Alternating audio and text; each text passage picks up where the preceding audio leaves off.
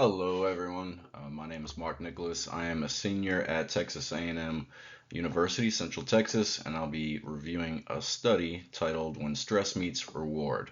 These are associations between perceived stress and behavioral activation in college students. So stress is an issue that affects college students at a high rate, and we all know that. But does that stress interact with other systems? The reward system is one of those systems. It governs reward sensitivity and approach motivation. So how motivated we are to go into new situations or experience certain things. Substances is a good example of those things.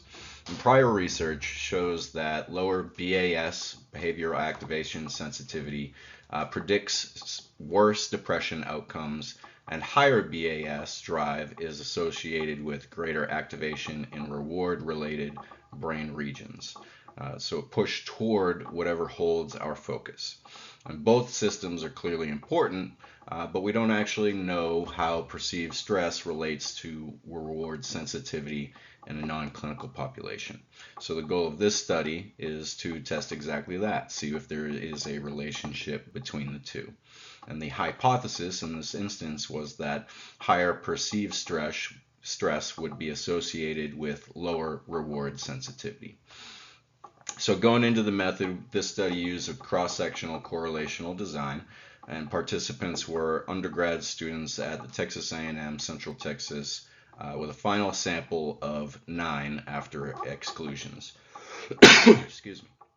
The measures included the 14-item perceived stress scale and an adapted version of the BIS-BAS scale measuring 3 components: drive, fun-seeking, and reward responsiveness. So participants completed everything through a Qualtrics survey via SONA, and for the analysis ran multiple regression models where each BAS variable was predicted stress while controlling for socioeconomic status. So a hierarchical regression to test whether a socioeconomic status explained the additional variance and Pearson and partial correlations. Alpha was set at a 0.05 and all analyses were conducted using JASP. The results were as follows.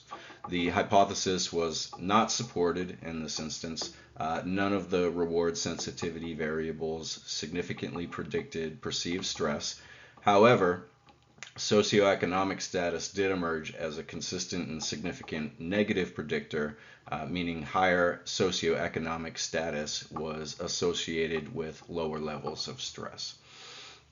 Now, if you look at table 2 here on the poster, only one model was statistically significant overall, the fun-seeking plus socioeconomic status model. But socioeconomic status was the actual significant predictor, not fun-seeking.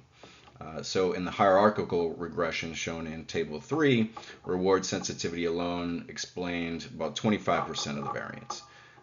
But when socioeconomic status was added, that increased to 67%.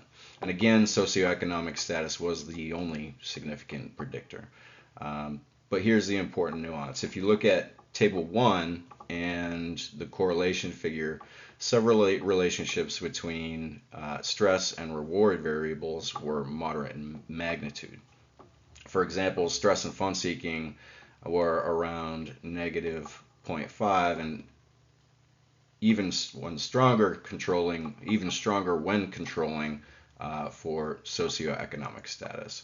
So there's a pattern there, but it did not reach statistical significance, most likely due to the low number of participants and low power. So the main takeaway is this: perceived stress in this sample appears to be driven more by contextual factors rather than by trait level reward sensitivity.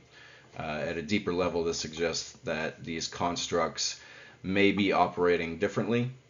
Reward sensitivity reflects relatively stable motivational traits, while perceived stress reflects situational appraisal, right? It's how we see our situation in that moment, which fluctuates over time too.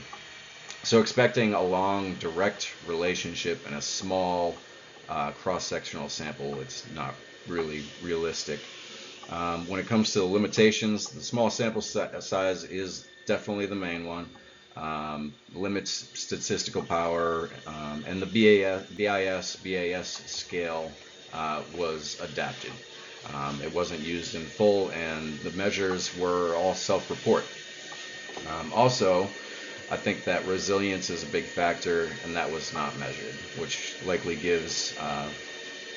is likely important given its role when it comes to stress regulation just in general. So future research should probably use larger samples, take resilience into account as a moderator, and examine how socioeconomic status and resilience interact when it comes to shaping stress. Um, so the core takeaway is that reward sensitivity did not explain perceived stress, uh, or did not have a direct relationship to perceived stress in the sample, but socioeconomic status did. And that suggests that stress in college students may be less about internal motivation traits and more about external conditions and access to resources. So that's the study. Thank you for your time, and I hope everybody has a good day.